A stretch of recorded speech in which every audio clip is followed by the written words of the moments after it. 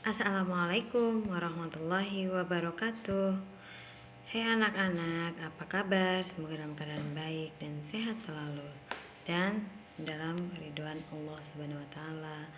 Baik anak-anak, berarti sudah periksa beberapa tugas kalian, namun beberapa diantaranya masih banyak boleh ditemukan hal-hal yang masih belum sesuai harapan dari apa yang boleh diharapkan. Baiklah, sementara boleh dibahas kembali dari nomor 1 ya anak-anak ya. Nomor 1 itu mudah, yaitu Pancasila sila pertama saat berhubungan dengan aspek apa? Iya, betul, jawabannya adalah yang B, aspek ketuhanan. Aspek ketuhanan. Ya, kita akan mulai.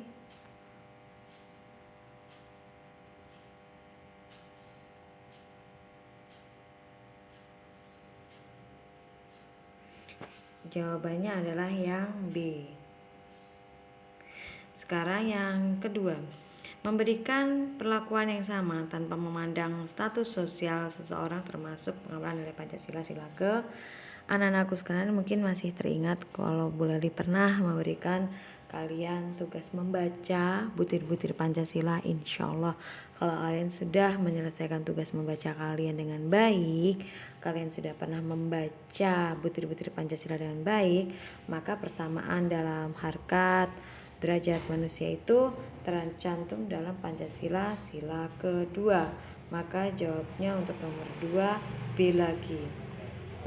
Untuk nomor 3, berikut yang tidak termasuk contoh modal sosial adalah yang tidak ada kata tidak termasuk. Maka jawabnya adalah D, kekuatan. Jadi ini tidak ada hubungannya. Kemudian nomor 4 itu ada anak sedang bermain bola voli di situ. Nah, pada saat bermain ini tampak anak-anak tidak membeda-bedakan satu dengan yang lain, entah itu dari segi warna kulit, suku, agama, mereka bermain bersama. Hal ini jelas mencerminkan adanya persatuan. Maka dari itu, kegiatan tersebut cerminan dari nilai Pancasila, yaitu pada Pancasila sila ketiga, Persatuan Indonesia. Maka jawabnya nomor 4 itu adalah yang A. Kemudian nomor 5, wujud pengamalan nilai Pancasila pada gambar di atas tadi sudah boleh dijelaskan adalah bermain bersama tanpa membeda-bedakan teman. Jawabnya adalah B. Selanjutnya kita akan membahas tentang adanya persentase. Hal ini sudah pernah kita bahas di catatan. Jadi boleh minta anak-anak membuka catatan kembali yang sudah pernah boleh ditulis di papan tulis, dan ini sudah pernah dibahas bersama. Jadi tidak ada kata sulit. Insya Allah ini semua sudah pernah kita bahas. Kalau anak-anak ingat bagaimana cara penyelesaiannya, tentu harus kita hitung dulu persentase masing-masingnya, baik itu agama Konghucu, Buddha, Kristen, Hindu maupun sisanya yaitu agama Islam. Dalam persentasenya adalah berapa persen, lalu dirubah dalam jumlah siswa dengan cara mengalihkan masing-masing persentase tersebut dengan jumlah siswa keseluruhan, yaitu yang 60 siswa. Jika itu sudah dihitung secara keseluruhan, barulah kita bisa menjawab masing-masing pertanyaan yang diajukan oleh soal di halaman 26. Demikian ya anak-anak. Kemudian selanjutnya kita lanjut ke soal berikutnya. Dalam soal berikutnya, sebagai anak kalian harus melaksanakan kewajiban sebagai anggota keluarga, yaitu menjaga nama baik sekolah. Kalau sebagai anak dalam anggota keluarga, tentu ini merupakan di lingkungan keluarga, sementara nama baik sekolah adalah di lingkungan sekolah, dan ini jelas berbeda. Maka jawabnya untuk pernyataan pertama adalah salah karena tidak sinkron antara sebagai sudut pandang sebagai anggota keluarga dengan di lingkungan sekolah. Itu berbeda posisi maupun berbeda sudut pandang dan lingkungannya. Kemudian yang kedua, ini juga masih penekanannya anak-anak sebagai anggota keluarga. menolong anggota keluarga yang mengalami kesusahan atau kesulitan. Ini adalah benar karena kalian dalam posisi sebagai anggota keluarga. Yang berikutnya, sebagai anak kalian harus menerima hak sebagai anggota keluarga, yaitu mendapatkan materi pelajaran. Sebagai anak dalam posisi anggota keluarga, yaitu anak-anak mempunyai hak memperoleh cinta, kasih, dan sayang. Betul, anak-anak harus memperoleh hak secara pendidikan, yaitu dengan memperoleh pengajaran yang baik ya, mendapatkan pendidikan yang baik. Nah, namun untuk sisi pendidikan ini bukan sekedar dari sisi sudut pandang keluarga, tapi juga dari sisi kenegaraan. Pemerintah pun juga memperhatikan hak-hak putra-putri Indonesia untuk memperoleh pendidikan yang layak. Maka dari itu, kalau untuk memperoleh materi pelajaran ini lebih ke arah lingkup sekolah, maka jawabnya dalam pernyataan 3 ini adalah salah. Yang berikutnya, sebagai anak kalian harus gemar melakukan kegiatan untuk kepentingan bersama. Jadi sebagai anak kalian harus gemar melakukan kepentingan bersama. Ini lebih kita lihat sudut pandangnya, bersama ini adalah untuk bersama di lingkungan keluarga. Jadi jawabnya adalah benar. Jadi memang ada kegiatan-kegiatan kalian harus memperhatikan untuk kepentingan bersama, misalnya untuk merasakan rasa nyaman. Dalam merasa nyaman secara kebersihan, maka ini untuk kepentingan bersama. Kalian juga harus ikut bahu-membahu di dalam keluarga, ikut membantu dalam menjaga kebersihan lingkungan rumah, misalnya seperti itu. Selanjutnya, sebagai siswa kalian harus melakukan kewajiban sebagai seseorang pelajar, yaitu menghormati orang tua. Iya, orang tua di sini memang tidak hanya sebatas orang tua di rumah atau bapak ibu kalian, tetapi orang tua di sini di sekolah pun orang tua anak-anak adalah bapak ibu guru. Maka jawabnya di sini adalah benar. Sebagai siswa kalian harus menolong teman yang mengalami kesusahan atau kesulitan. Iya, kalau sebagai siswa tentu lingkungan kita adalah teman-teman kita di sekolah. Jelas kita harus membantu mereka kalau dalam keadaan kesusahan, maka jawabannya adalah benar. Sebagai siswa, kalian harus menerima hak sebagai seorang pelajar, yaitu mendapat tempat tinggal. Nah, ini kalau untuk tempat tinggal ini adalah kewajiban dari bapak atau kepala keluarga. Maka jawabnya adalah salah, karena berbeda sudut pandang atau posisi. Ini seharusnya bukan di lingkungan sekolah.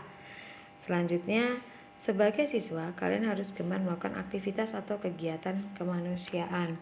Ya, ini benar. Contohnya, kemarin kita sudah ikut berpartisipasi di Bulan Kemanusiaan PMI. Jadi, artinya kita juga gemar melakukan aktivitas atau kegiatan kemanusiaan dengan ikut mendukung program-program yang berhubungan dengan kemanusiaan. Demikian anak-anak, selanjutnya kita lanjut ke pelajaran bahasa Indonesia. Kalau untuk ide pokok bacaan berfungsi sebagai yang B, topik atau garis besar pembahasan.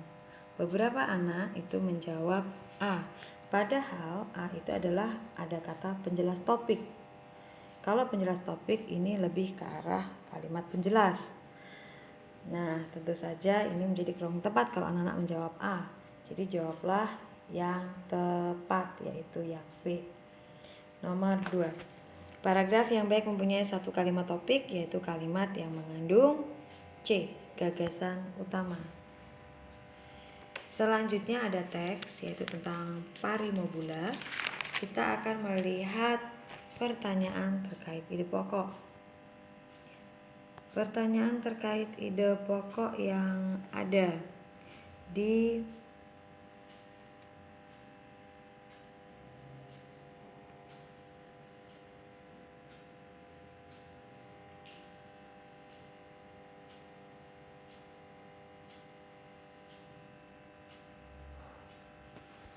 pertanyaan yang ada di parimobula, ide pokok tersebut. Kita akan melihat beberapa pertanyaan yang ada di sana. Nah, selanjutnya kita lanjut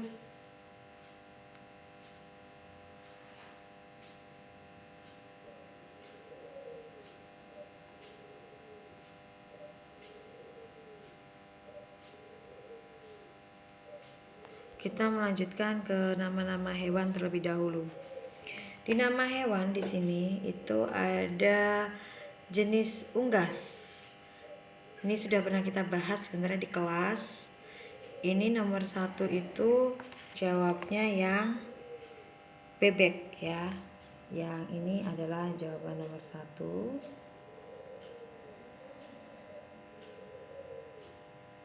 Kemudian untuk nomor 2 termasuk jenis krustasea, ini sudah jelas, sudah pernah kita bahas ya. Jadi insya Allah kalian bisa mengikuti dengan baik. Nomor 3 sudah pernah dibahas juga, termasuk jenis reptil.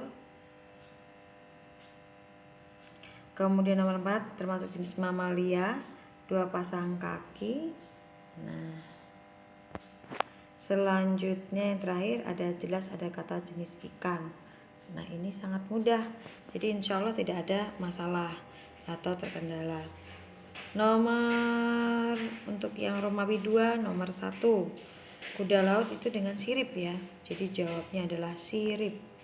Karena tempat menulisnya kecil-kecil, jadi tolong ditulis sendiri aja. Itu jawabnya sirip.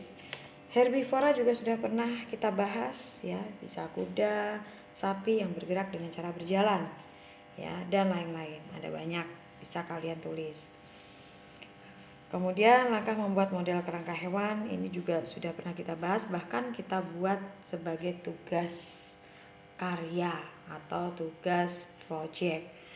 Nah, baik anak-anak, kita lanjutkan pembahasan selanjutnya. Untuk yang IPS ya, yang IPS untuk Romawi 1 itu juga udah pernah dibahas di buku catatan. Kalau kalian belajar insya Allah tahu 2 benua yaitu Asia dan Australia. Nomor 2 ini wilayah Indonesia pada bagian barat juga sama, ada di buku catatan anak-anak, silahkan dibuka, itu sudah pernah kita bahas bersama di buku catatannya, dibuka, dibaca ya. Nomor 3, Kabupaten Nias berada di provinsi, itu ada di halaman 16. Silahkan dibuka di halaman 16. Nomor 4 ini baru. Ini adalah gambar pulau, yaitu Pulau Bali. Dan nomor 5 ibu kota provinsi Bali ya, Denpasar. Untuk Romawi 2, contoh wujud kenampakan alam di Indonesia udah pernah kita bahas juga di kelas. Untuk topografi Kabupaten Nias itu ada di halaman 16. Untuk nomor 3 batas-batas wilayah Indonesia ini sudah lengkap, semua ada di catatan. Sudah pernah Bu Lali bahas di kelas, kemudian anak-anak catat di buku catatan. Jadi insya Allah sudah ada jawabannya semua. Kemudian untuk selanjutnya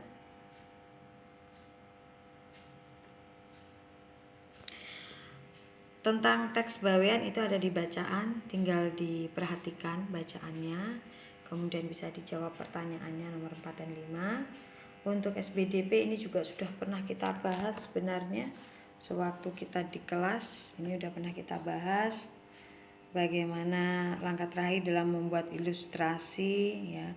Sudah langkah terakhir ya. Langkah terakhir kalau sketsa itu sejak awal. Kalau sudah langkah terakhir sudah di level pewarnaan. Langkah terakhirnya ya sudah di level pewarnaan. Komik dan buku cerita termasuk contoh gambar kartun. Betul, yang C ya. Yang nomor 2 ini adalah C. Nomor 3 gambar sketsa biasanya masih berbentuk rancangan sederhana, D. Kemudian nomor 4 ini sudah pernah kita bahas, gambar ini adalah gambar realis ya.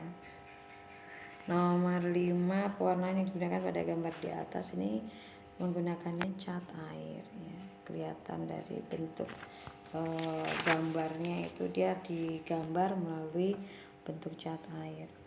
Selanjutnya gagasan dalam menggambar ilustrasi ini juga sudah ada di bacaan-bacaan. Jadi kalau kalian lihat bagaimana gagasan dalam menggambar, tentu dengan mengamati gambarnya. Gambarnya anak-anak amati betul, lalu temukan tema gambarnya apa. Dan nomor 2, hal yang digambar dalam gambar realis adalah sesuai dengan keadaan yang sebenarnya. Misalnya kalian menggambar tumbuhan, ya sesuai keadaan sebenarnya tumbuhan itu seperti apa gambarnya, kalian gambar seperti aslinya, seperti pada kenyataannya.